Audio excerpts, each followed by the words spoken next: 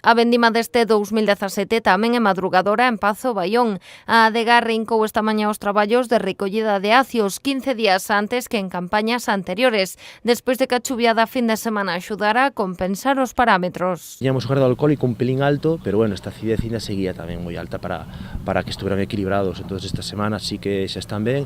Estas choivas que tivemos onte aínda, a verdade que, bueno, sí que axudarán a equilibrar un pouquiño máis. Así, a uva das fincas de Pazo Baión entrará en perfecto estado sanitario. Tamén recollerase cantidade. De feito, calculan que se rondarán os 140.000 kilos. Facía moito tempo que non tiñamos unha uva tan sana, moi boa de vendimar, é dicir, non hai que seleccionar nada prácticamente, está todo moi ben.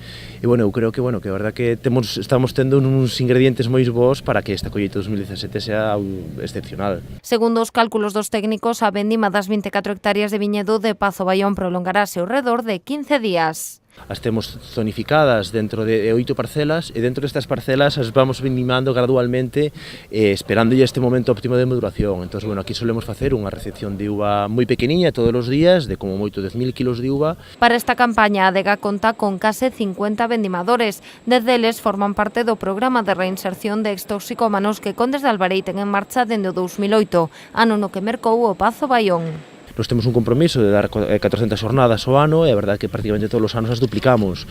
Temos xente en plantilla prácticamente todo o ano e despois a maiores, nesta época, a reforzamos con máis xente para vendima.